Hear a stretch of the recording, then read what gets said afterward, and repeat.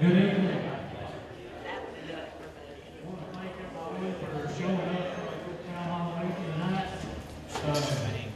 Before we get started, we'll give you a little bit of how we're going to do this. Mr. Boles is going to give a presentation with some slides and stuff up here and explain everything. After everything is shown, we will have a question and answer session. Everybody will be limited to 3 minutes. Mr. Nichols will be keeping time with that if you have any questions or anything. And Mr. Boles or any of us will try to answer whatever you have. But before we get started, we do this before every board meeting. We want to ask Mr. Daniel Cook if he will give us the prayer.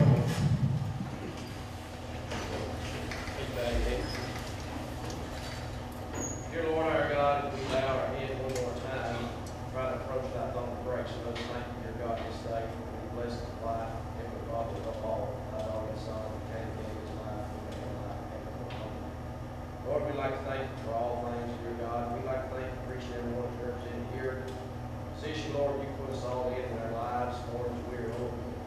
Young people of our community, dear God, Lord, we pray that we take every step in the direction that you bring the most honor and glory to your name. Raising and uprightly of our children. We thank you, Lord, for our community. We thank you, Lord, for what's meant to us. Thank you, dear Heavenly Father, for the people around us. We ask you, dear God, to help us tonight. Pray for all you emails to pray for, especially for those sick, wicked, sad circumstances going to be needed. I pray, dear Heavenly Father, in all walks of life, we lift thy holy name. Pray, dear God, for our community leaders, our school board, our administration, our teachers, Lord, even our homes and our parents. We understand the spirit of time that we're in, or how important it is to raise our young people in a manner, dear God, that they will put you first in their lives. And with us now, lead, guide, guard, and direct us. All things we do, and reign, honor, and glory, be righteous, and holy name. As for Christ Jesus, we ask it all. Amen. Thank you. And welcome everybody, and thank you all for coming out and to this. There's been a lot of questions and concerns and everything going around the county about this deal. So at this time, Mr. Boles will show you some slides and give you an idea of the reason we need to do this and try to explain why we need to do it. So thank you. Thank you, Mr. Harper. I probably don't need this microphone, but I want to welcome everyone here.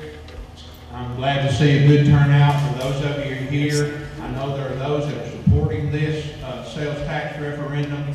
There are those of you that are probably on the fence, not knowing which way you want to vote. And I'm sure there are those of you that are set against it. But I hope tonight that after this presentation and our question and answers, we'll be able to strengthen the convictions of those that support it, help to push the ones that are on the fence over toward supporting this referendum, and bring those of you that are against it, open your, give you some questions and some food for thought. I'll start this off by reminding everyone that early voting starts October 17th through November the 1st, and election day is November the 6th. This is going to be on the November ballot, along with the gubernatorial race and the race for senators and representatives, among other things. Of course, to support Macon County Schools, a vote for the sales tax referendum. It will be on the ballot as vote for or against. And once again, early voting begins October 17th, and election day is November the 6th.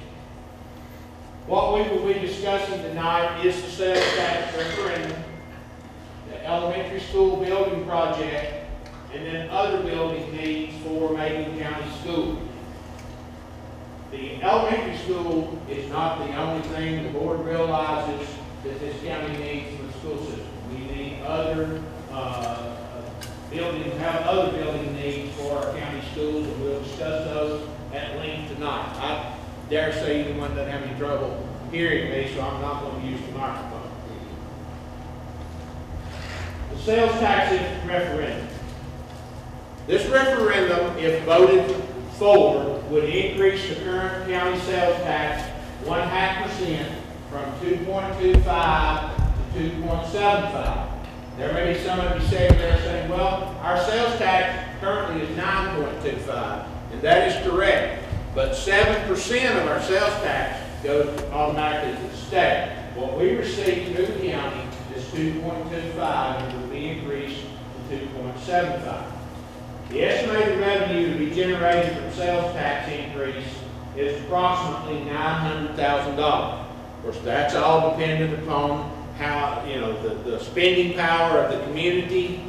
And as you well know, not only Macon Countyans spend their money in Macon County. If you've ever been to Walmart, to the restaurants here, there are cars from out of county and out of state. So as you'll hear this over and over again, this sales tax will not only be paid by Macon counties, but it will be paid by those that visit our county. This weekend, for example, we had a track meet or a cross-country meet. Brought in several, I'd say, Nicholas, 1,000 people or more came into Macon County. Those people, while they're here, are going to spend their money here in this county, buying drinks, buying gas, buying and stopping at our restaurants. So it will, this sales tax increase will be paid by more people than just Macon County. The sales tax revenue will be used to help pay for an elementary school project. The sales tax increase was the county commission's method of raising revenue, or is the county commission's method of raising revenue to fund the school. We went to the county commission, it's been over 2 years ago, I guess more like 3 now, talking about the need for a new school and asking them to completely fund this school. And they came up with the idea of sales tax increase of 1.5%. So, and that felt like that would be one of the most fair tax to get this revenue. The sales tax referendum has a sunset clause in it, which means that when the specified elementary school is paid off, the sales tax increase goes away. The length of term for this elementary school project for the note would probably be somewhere around 25 years. So after 25 years, this sales tax would go away. I might have a side note on this too, is if we as a county do not increase this sales tax to 1.5%, there is a possibility that the state, if they need additional revenues, could come in and mandate that we increase our sales tax 1.5%, and that money go directly to the state of Tennessee. If we have passed this sales tax referendum before that time, the money stays here in the county. So we always want our money to stay here with us in the county if at all possible. The Macon County Commission, Macon County Board of Education, the City of Red Warm Springs, and the City of Lafayette have all agreed to pledge their portion of sales tax increase to fund the school project. The commission, the board, both cities, they get a portion of the sales tax revenue that comes in at this time. And that's part of our revenue that we fund teachers, staff, buses. We use that money in the board in our budget. The county and the cities both use that money in their budget for their salaries and other things. But we all do get a portion of the sales tax already. It won't be taking all the sales tax away from these, just the increase is all that has been pledged. Now, a vote for the sales tax referendum. Current sales tax, this is including the state, as I said, of 7%, is 9.25%. Maybe don't count that much. If we add 0.5% to that 9.25, it will be 9.75% will be the new sales tax. A 1.5 cent sales tax increase will result in a 5 cent increase per $10 purchased. So if you spend $10, you'll pay a nickel more. If you spend $100, that would cost you 50 more cents in tax. On a $1,000 purchase, the purchase would cost you $5 more in tax. So for, that half cent, if you sit down and spend either a total at one-time expenditure or a combination of expenditures to total $1,000, you would have a $5 increase in tax. Sales tax is paid by everyone that purchases goods in Macon County, including out-of-county and out-of-state residents.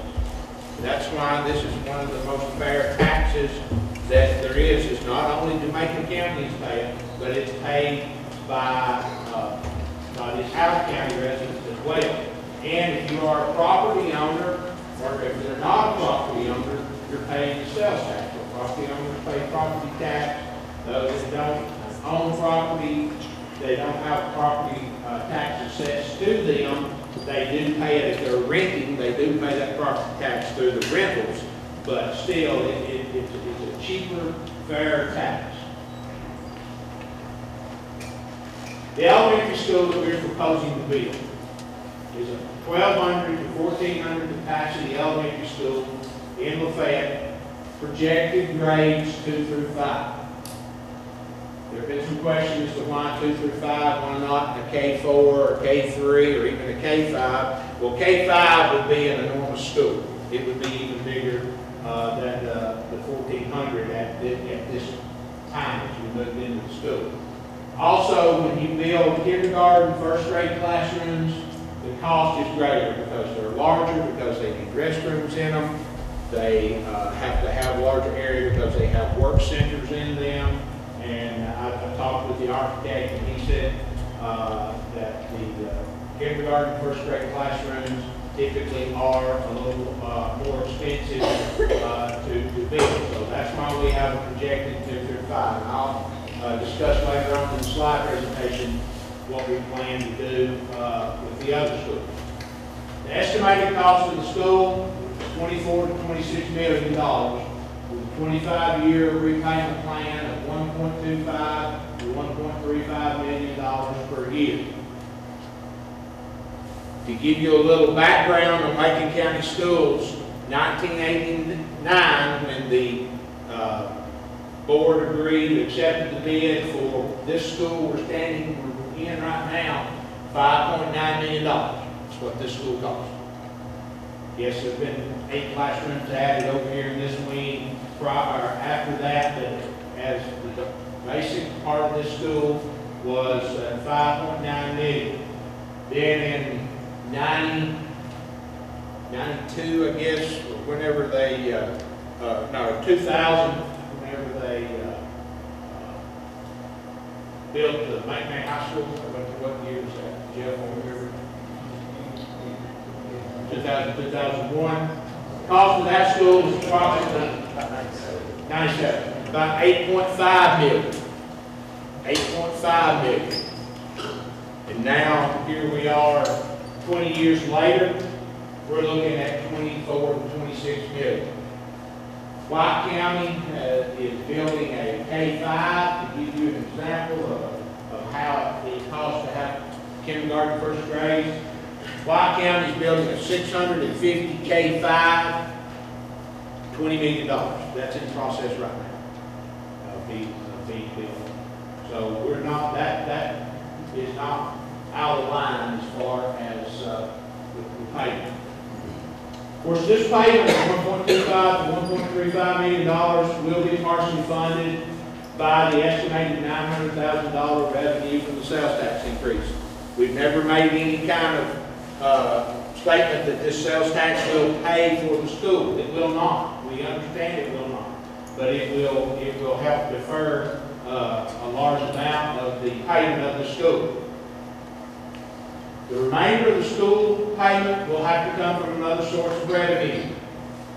That other source of revenue could be wheel tax, it could be property tax, or it could be a combination of both. It's a possibility of revenue for the remainder of the school payment. And I will show here a little bit later what will happen if the sales tax referendum does not pass, what that can do to property tax and or wheel tax in the county. $20 of wheel tax or 12 cents of property tax would make up the remainder of the school payment. If the school project is fully funded by the county commission, that means the sales tax increase passes. They decide to either use $20 of the wheel tax or 12 cents of property tax to make up the remainder of the payment, or a combination of both. Then that would free up money for the school boards to spend on other capital projects, to spend on schools at Rebel and Springs, at West Side, Macon County High School, Macon County Junior High, to do quite a bit of other things. The board has been good stewards of the money since I've been in this position. We've made quite a few improvements around in the county, and this will just free up more money for us to have to build other capital projects. What if the sales tax referendum does not pass? A school is still going to need to be built. The school's not going away. Our enrollment is not decreasing by any means. I think Fairlane got, what, 500 or 600 students today? 6 yesterday. Rebel Springs got 6 yesterday. And I'm not sure about any of the other schools, so there's a school got 4. Don't tell me that. But you know, our enrollment is continuously increasing. The junior high has been getting them periodically all throughout the year. Our population is increasing, so therefore our school population is increasing. Funding for the school project will come from another source of revenue. Wheel tax or property tax or a combination of both would have to be used to pay for the entire payment in lieu of using part of the sales tax. Revenue sources if the tax fails. I've kind of put together some figures here. 1 penny of the property tax generates $37,871. Our current tax rate is 2.219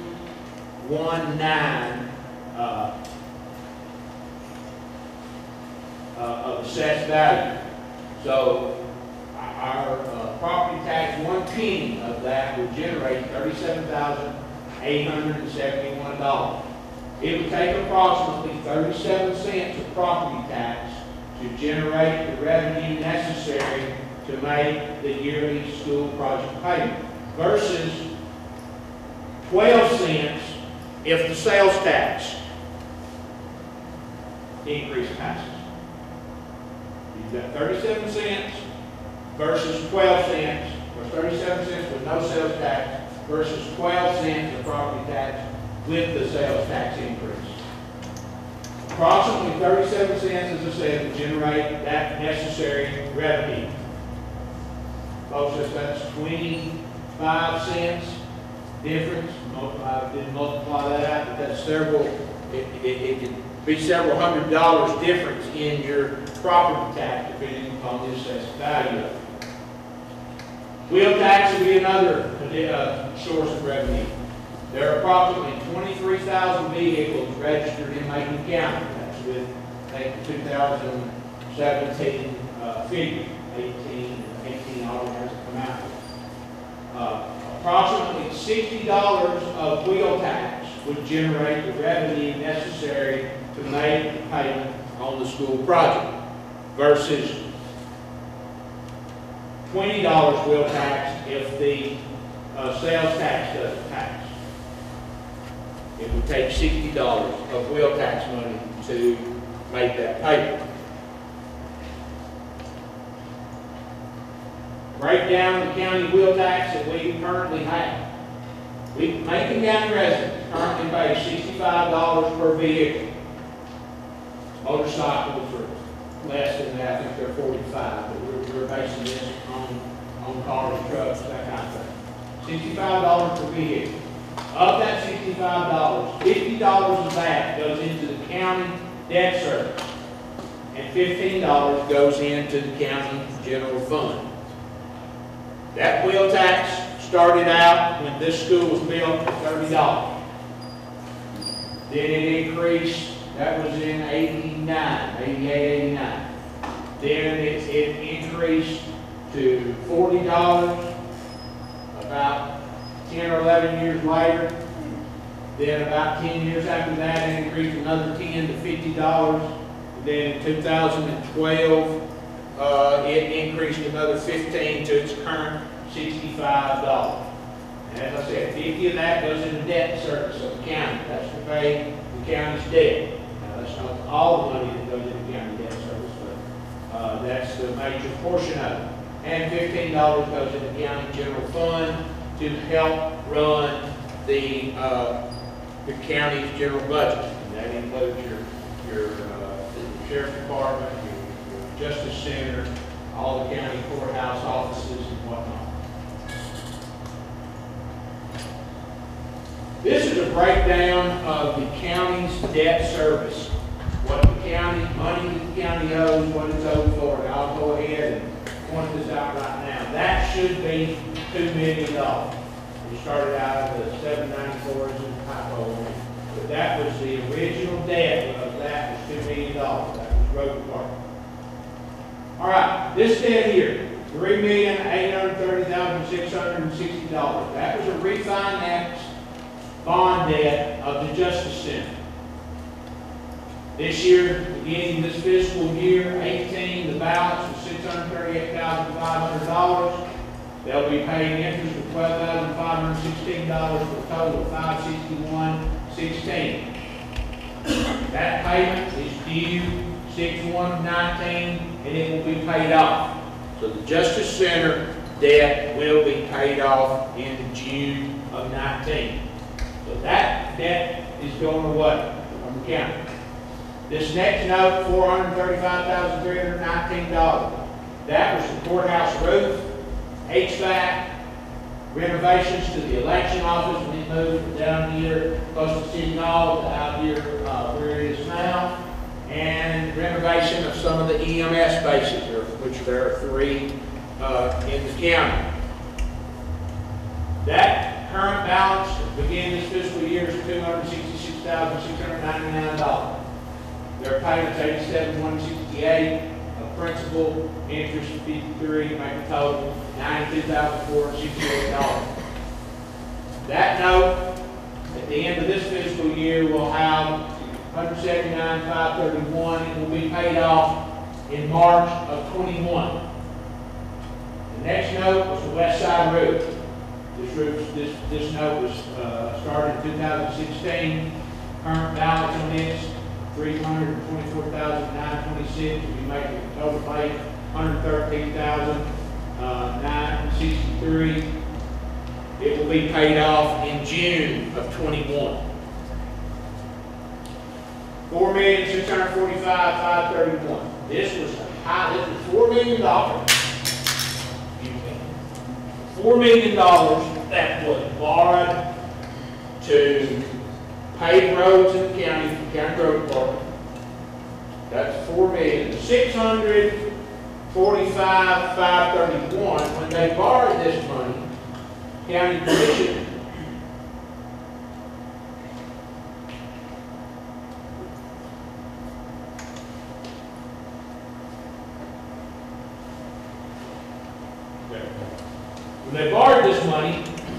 county commission refinanced the Rebel and Springs roof of $645,531 into this loan. That roof that was put on Rebel and Springs School, that was the first roof that we put on, that the school system put on, or it had put on, paid for by the county, in 2006. We're still paying on that 12 years later. But as you can see right here,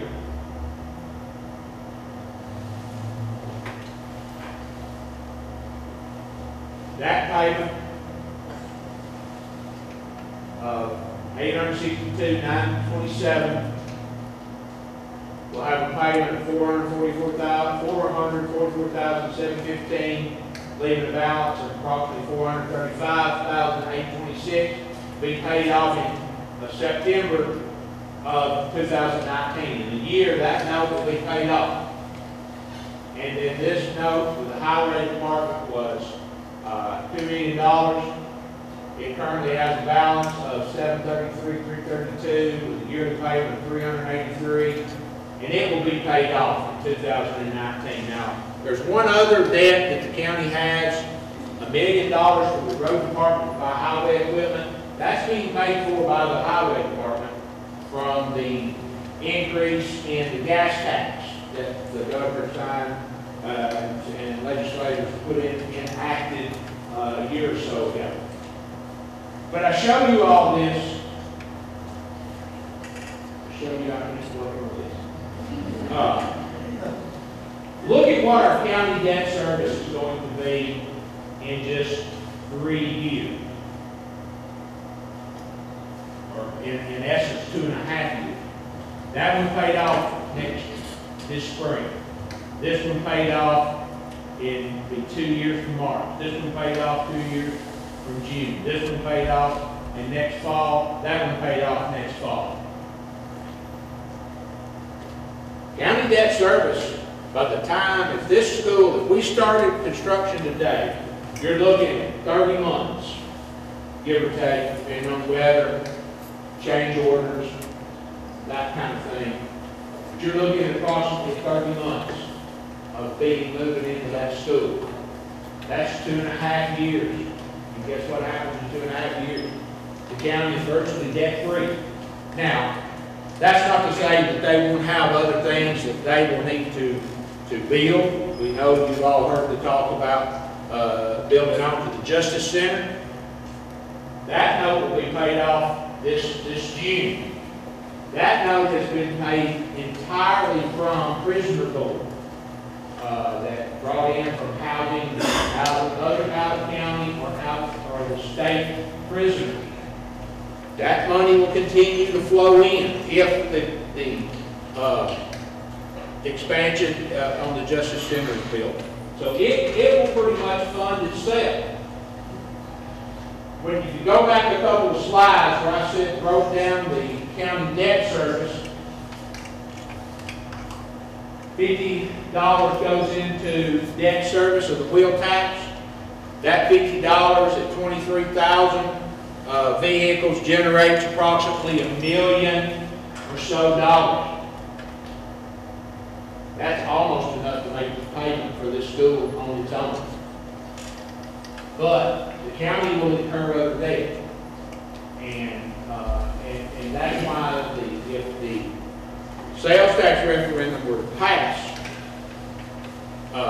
the county's debt, the county wouldn't struggle. They really wouldn't have to raise or increase any property tax or wheel tax. They could reallocate what we already have. They could do a reallocation of the wheel tax, do a reallocation of property tax, and that would pretty much make the payment. If the sales tax doesn't pass, the county's still not going to have to raise it that $40 $37 property tax, or $60 wheel tax. They would have some money already coming in continuously for the wheel tax that we already have. So, yes, it's important that the sales tax pass, because that will, in essence, reduce the amount of property or wheel tax increase that would not be necessary just by looking at the county debt service. This sheet comes from, I get this from the county each year, and it's because of the West Side roof and the Red One Spring roof on that. This comes directly from them. So there's nothing else out there that the county owes. This is it. Now, if we were to have a property tax increase, this is just an example, if the sales tax did not pass and they had to, and the county didn't reallocate and they wanted to increase. Appraised value of a home that's $100,000 at current tax rate of 1.2129 would cost you $553.22. If it increased 37 cents, $645.72, for a difference of $92.50. That's per $100,000 of appraised value, assessed value. So if you had a $200,000 piece of property, it would double that. If it was 150, you would take half of that and add to it. If it was less than 100, your difference would be less. But this is a sales tax increase versus a property tax or wheel tax. 37 cents of property tax if the sales tax increase doesn't pass. Would cost you $92.50 more per $100,000 assessed value. Just solid. Half a cent sales tax increase would cost $5 per $1,000 spent. Therefore, in order to generate $92.50 more on that property tax, you would have to spend $18,500 for that sales tax. Now, that's not one, and this is looking in everybody's pocket. Not many people are going to spend that much around here, all year long. You may estimate, let's say you spend, if you spend $1,000 a month, then you have $12,000. But what I'm trying to show here is that sales tax increase is not going to hit you as hard as the property tax increase will if your property owner.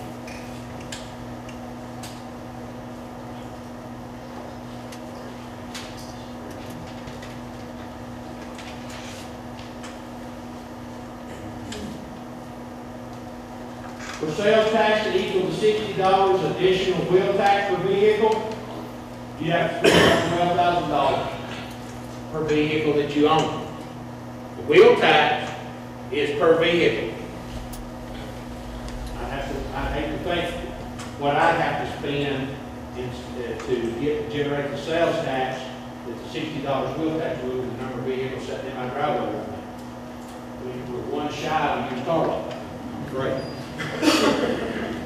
But this is to show you that sales tax is not going to be a big burden on the general public as an increase in property tax or an increase in wheel tax would be. Remember, sales tax is paid by everyone that purchases goods and services in Macon County, including those out-of-county, out-of-state residents.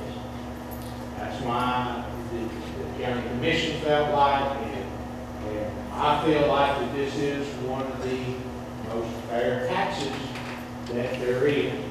It's not going to be that big of a burden on you. Spending $1,000 will cost you $5 more. And you may never miss it. Some would.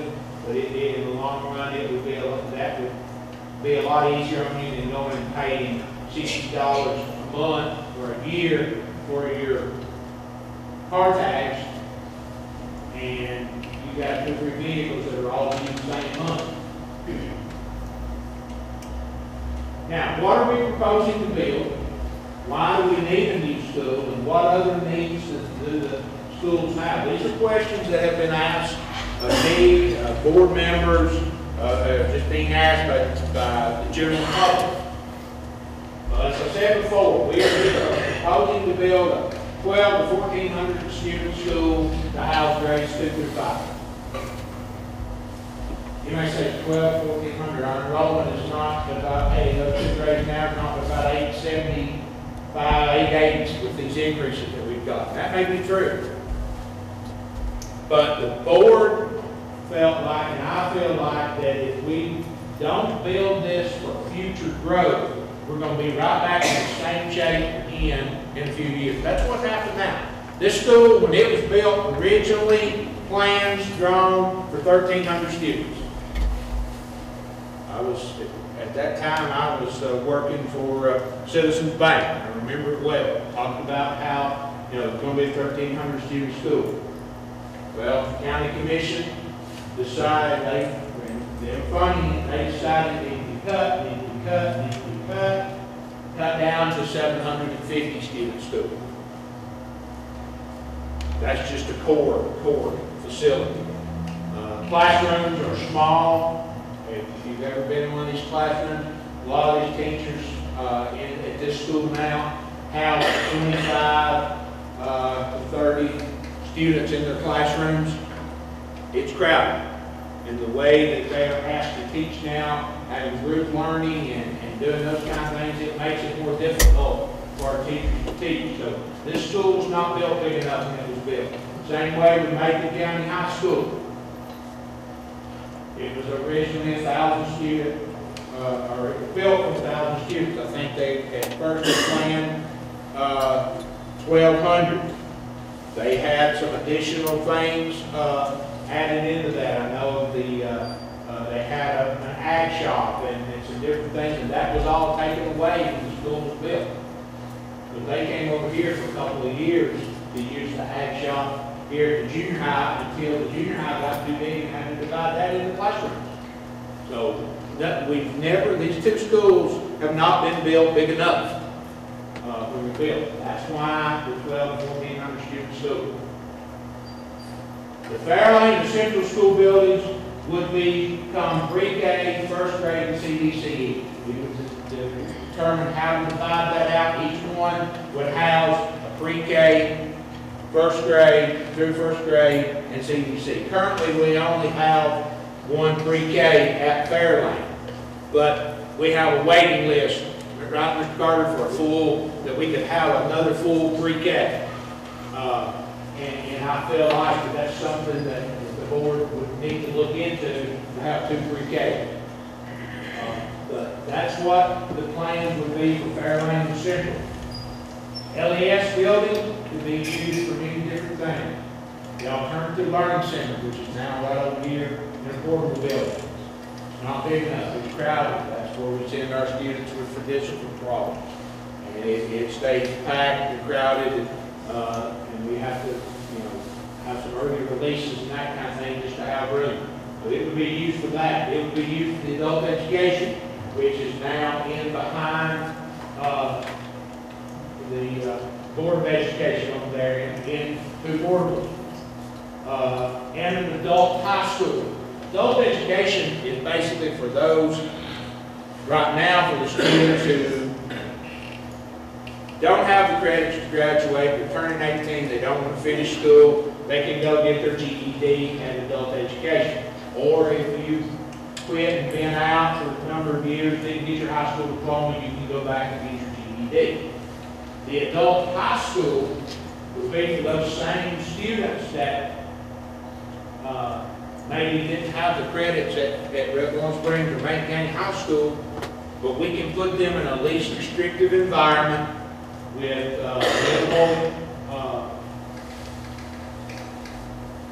minimal credits required. They could be some students that are discipline problems. Put them in the adult high school, you can get them graduated and into society.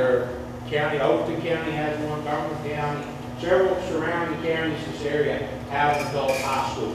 It would be nice, but we don't have room for that here right now. Special education, 18 to 22-year-old transition class. You go into the CDC class now at Macon County High School, it's full. We are required to educate those students up till they're 22 years of age. They're in there with some 14, 15-year-olds. We need to have a transition area of classes, transition them out, teach them life skills, things where they can, when they get out of school, they can be productive. That's needed. It's been needed ever since I've been in this position, or actually since Ms. Stafford, one of the first things she came to me about. But we just don't have the room. If the school's built, funded, we would have that room.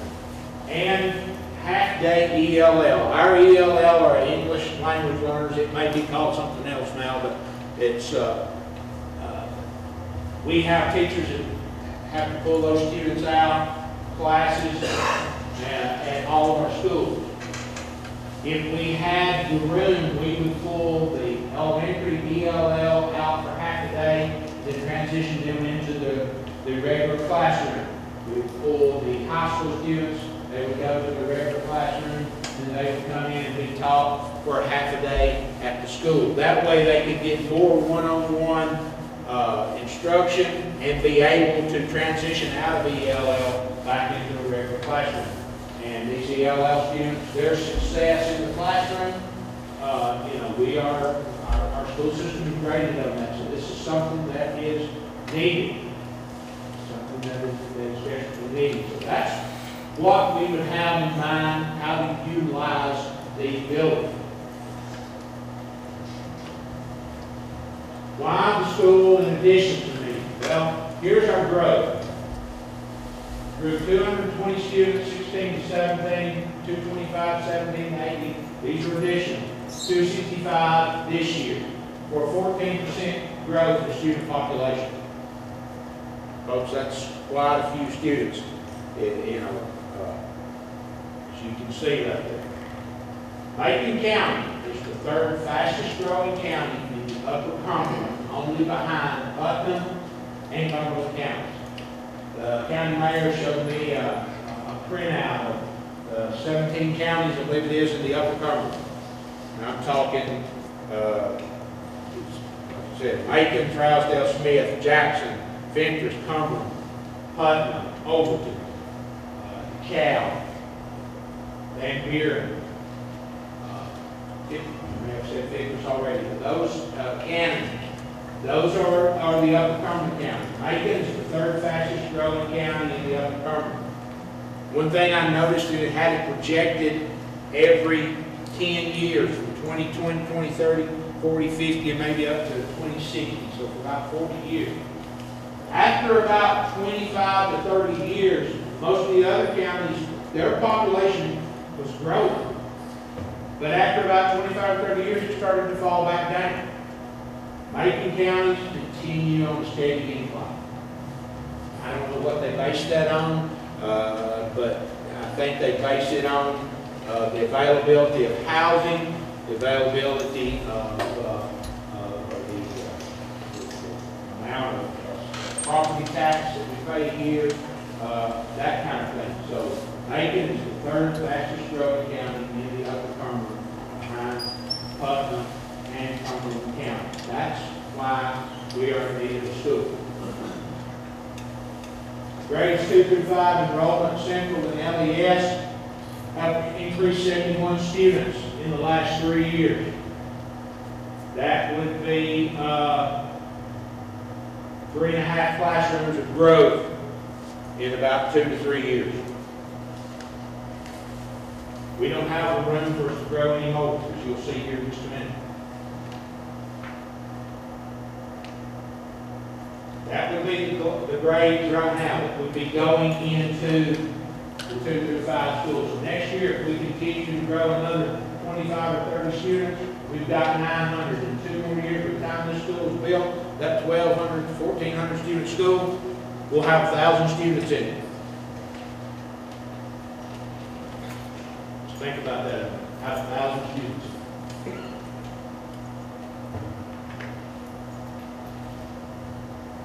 Macon County enrollment, high school enrollment now is 936 with 3 portable classrooms and 3 teachers to float. Teachers that don't have their own classroom, they have to go into the classroom with a teacher that has a planning period. Macon County High School, or junior high enrollment, 743. Now I got these figures just a week or so, 2 or 3 weeks ago. I'm sure those have increased a few. Redwood Springs School enrollment, 342. This is grade 6 through 12. They're in 4 quarters. Fairlane enrollment as of today, 291 students with 3 quarters. I'm sorry, 491. 491. Yeah, I'm just going to be one short there. 491 with 3 quarters.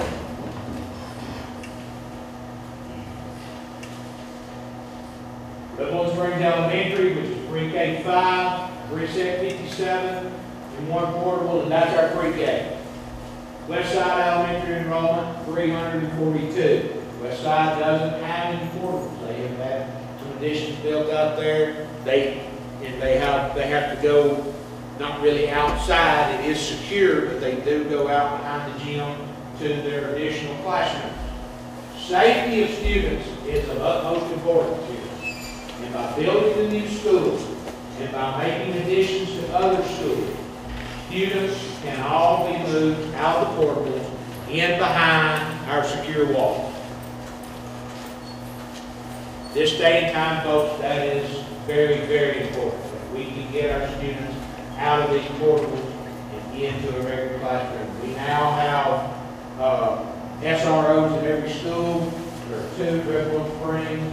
At Christmas, we'll be hiring another one to float between Macon County High, Macon County Junior High. The board did this so that if an SRO has to be out, there will be one at your school. There will be one at your school. Macon County Junior High, this is already paid out. Brian Carter at Macon County Junior High has been out now 6 weeks with surgery. The ones at Red One Springs have been alternating days. Coming out. One's been coming here, one at Red Boles. That's already paid benefits. If not, then we would have had a school unprotected. In this day and time, we can't have that. But getting these students out of these portables is very, very important.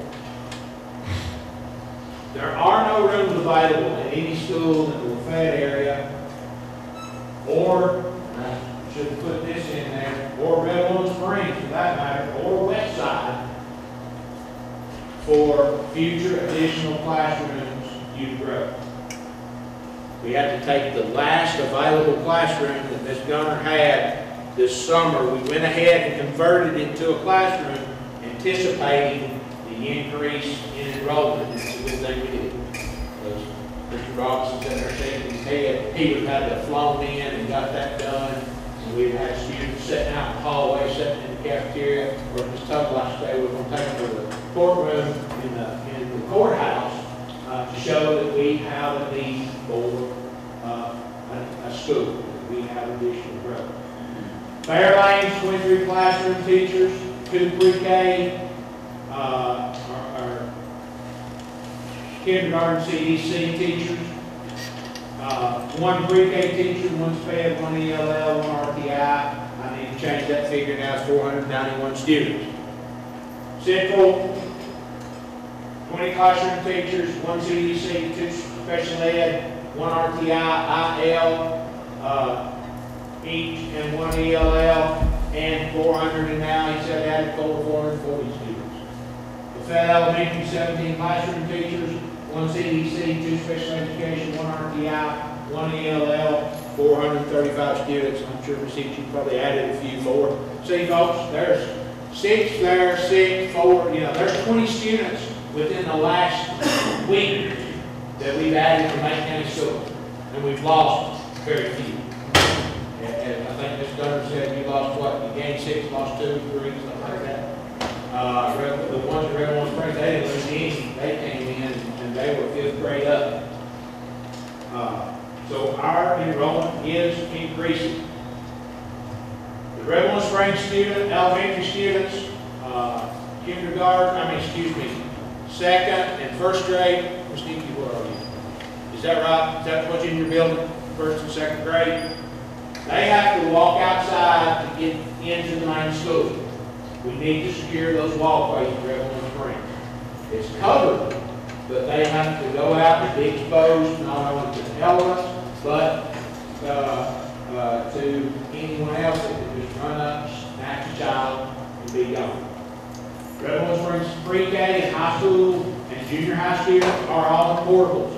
Pre-K is behind the classroom that walks outside. They have to walk up another sidewalk to get into the main building. The high school and junior high that are in the portables, 2 each out there, 2 high school, 2 junior high, they have to come into the, they have to come across the service road to get into the school building. Macon County High, we said we had 3 portables, 3 floating teachers. No empty classrooms at Macon County Junior High. He's running 4 lunch lines. I couldn't get a picture. I took a picture today of the 6th grade going to lunch. He had 2 empty tables, and kids still lined up to get food. That's why we need some expansions here at the junior high. He is running, I asked Mr. Kelly, he's running his lunch lines every 2 minutes. They get to stay in there. By the time they get in and eat, they might sit down and get 15 to 17 minutes to eat. So, and that's not just here at the junior high. That's true in any school. If you go in those cafeterias during lunchtime, they're full. They're full. There are no empty classrooms at West Side for growth. West Side, last year we teetered along with 3rd grade. We need a teacher, then we wouldn't need one. We need one. We fortunately made it through the year without having one. If we had to have a teacher, well, we would have. So there, like I said, there are no empty classrooms. There are no empty classrooms at Redwood Springs. None. If their enrollment continues to increase in elementary and or high school, the high school can absorb more than the elementary can. There's not going to be anywhere to put them. We need to secure, as I said before, the elementary classrooms at Redwood Springs with additional elementary and high school classrooms there. And one of the problems that we have of adding on to schools, some may say, well, why don't you just add on to Central, add on to Fairlane? We have no room to add on to Fairlane. Or, and if we had any room, guess what city does? Your portables. So what are you going to do with those students that are go to those portables every day while you take them, take them down and build new classrooms? So it's kind of defeat the purpose. Same way at Central.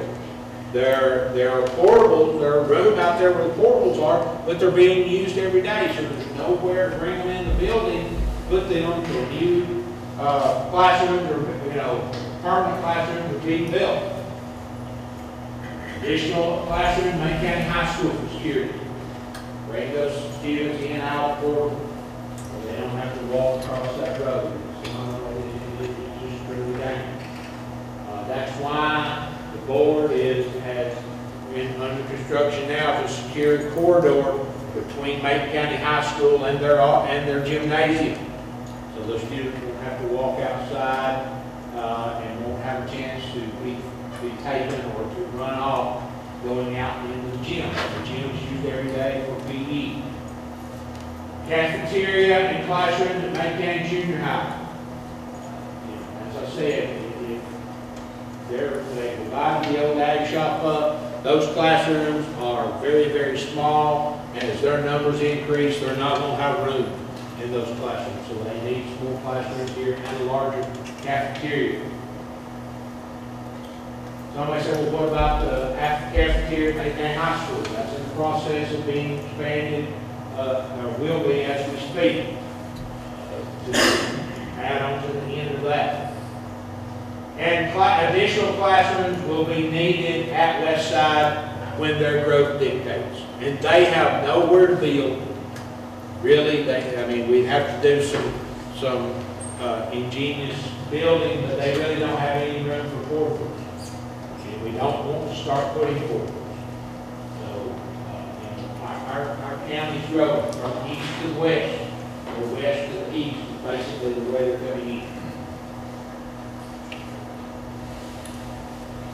Board of Education is requesting the Macon County Commission to fund construction of a new elementary school. The Commission is proposing to use revenue from a half-cent sales tax increase to partially fund this. Objective is approximately $900,000. Revenue, in addition to sales tax, will be needed to fully fund the elementary school. Dave?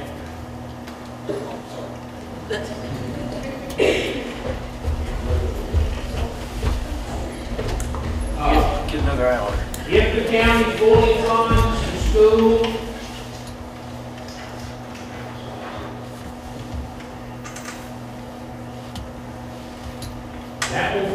money from the school board to pay for other capital project needs. The Macon County High School, I failed to mention this, Macon County High School was paid off last September a year ago. Macon County High School was paid entirely from BEP money to the board. No county money went to pay Macon County High School. Money to pay this school was generated through the $30 wheel tax. Once the school was paid off, the wheel tax that people thought was staying to accumulate for building projects in school was converted to other places. So no, the schools do not get, that money's not been pooled. Now, you know, they've had a couple of roofs that may say, well, we're using that money to pay off the roof, but that's still not the same amount of money. That money was converted and paying off other debt, other than school debt. But if they would fully fund this with the sales tax, the capacity, or additional real property tax, then the board would have money, has money to free up for other capital projects, to make additions when needed.